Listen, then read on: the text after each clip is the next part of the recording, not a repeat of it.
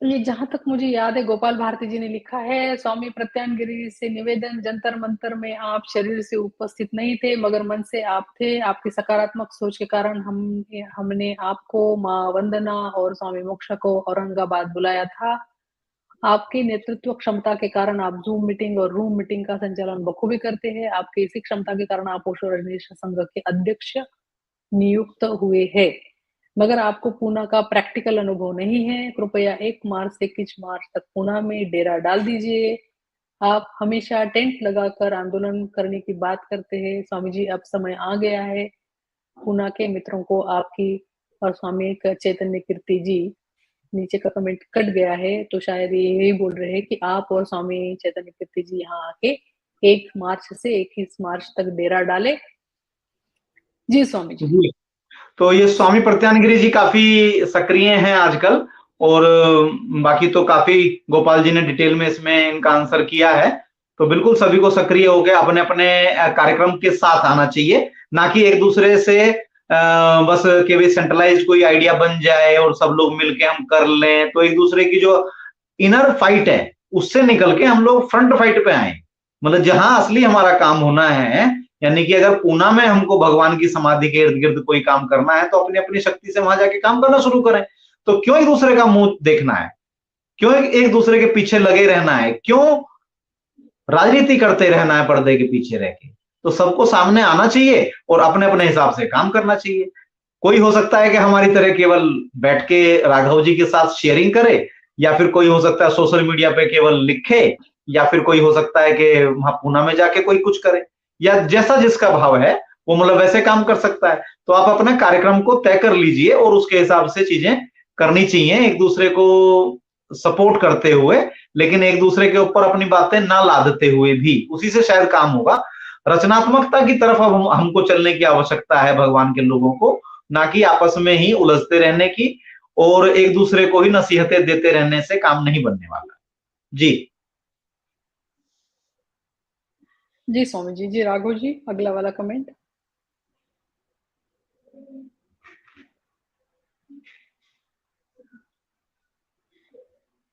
स्वामी नरेश भारती जी, अच्छा ये आपने वो चेंज कर दिया। अच्छा, 19 जनवरी को हमारा सेलिब्रेशन अच्छा हुआ। अब 21 मार्च कोचो का फोटो गेट पर लगवाया गया। बीएसपी के लीडर ने सहभाग लिया, उनका शतशः धन्यवाद। अब की बार भी बीएसपी हो या अन्य कोई भी शामिल होना चाहे तो हमें उनका दिल से स्वागत करना चाहिए।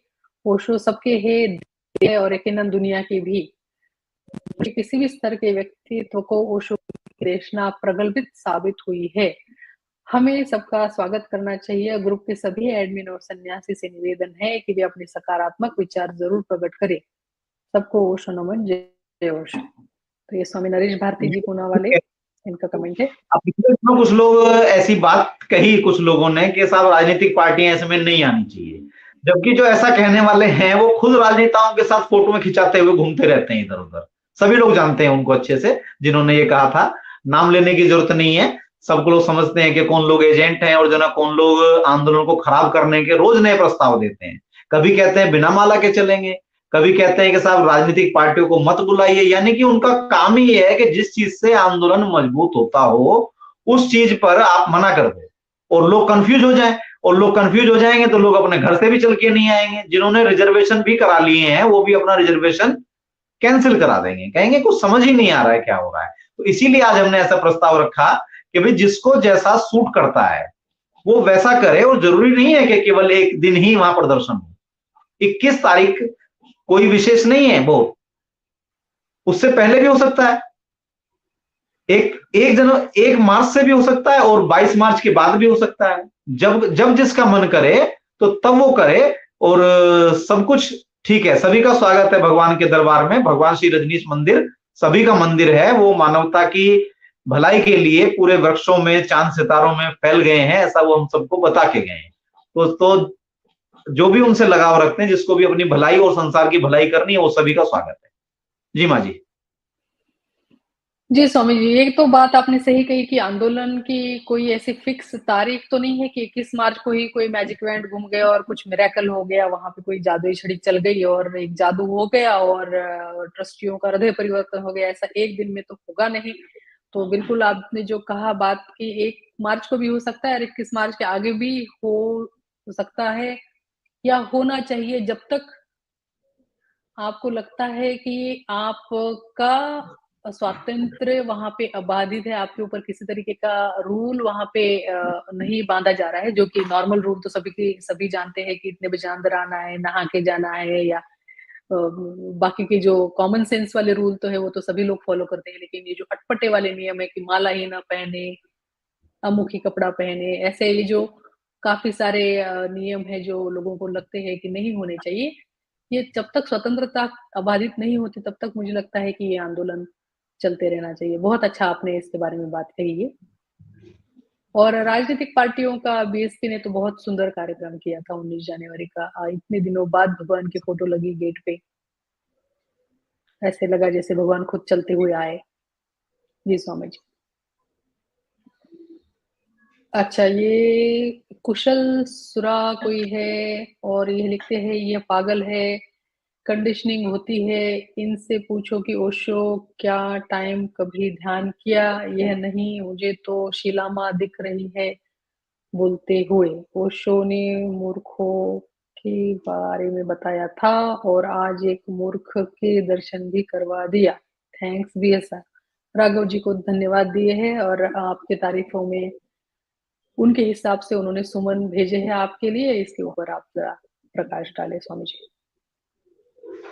जहां तक इस कमेंट का प्रश्न है, जो सामान्य एक नियम, वैसे इसमें इनका सन्यास का नाम नहीं आया है, तो इस कमेंट को लेने का और इस पे आंसर देने का बनता नहीं था, पर इसमें इन्होंने एक छोटी सी बात बीच में कही, उस पर जरूर एक लाइन की हम बात कहना चाहेंगे कि मुझे तो शीला माँ दिखाई दे रही हैं इसमें।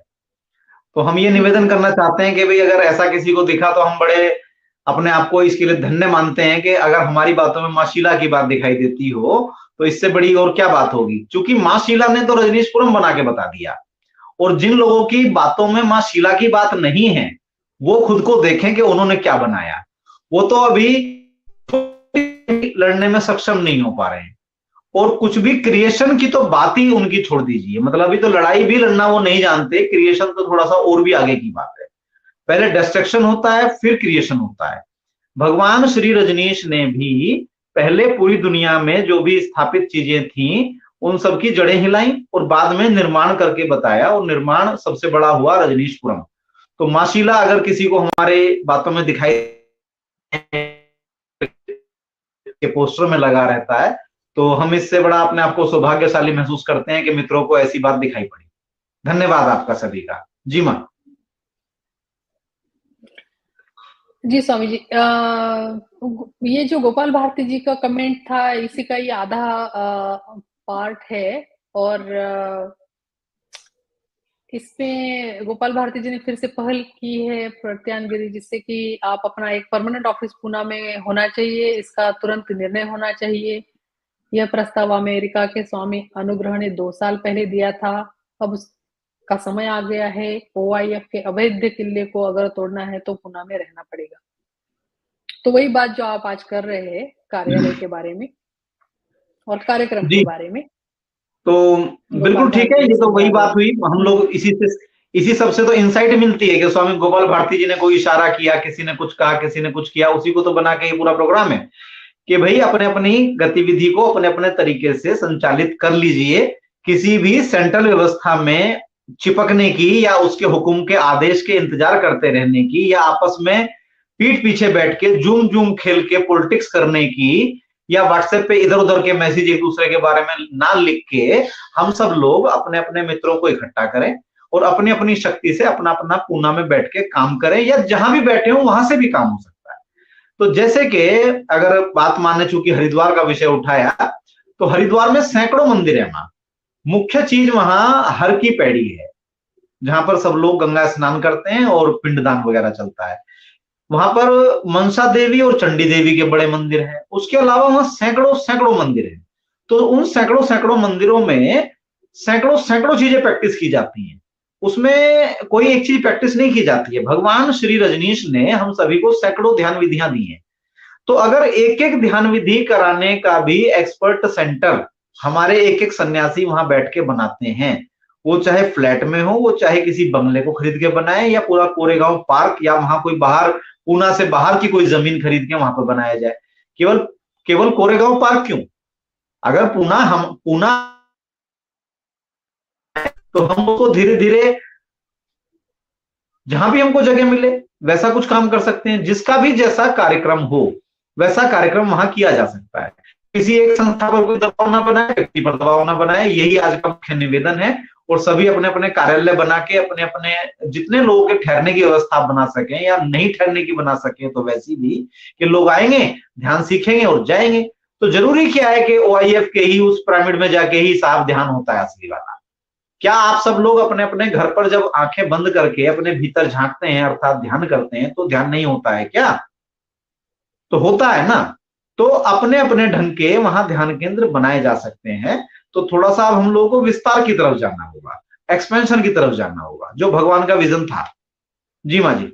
जय भगवान श्री रजनीश, जय भगवान श्री रजनीश, जय भगवान श्री रजनीश, जय भगवान श्री रजनीश, जय भगवान श्री रजनीश, जय भगवान।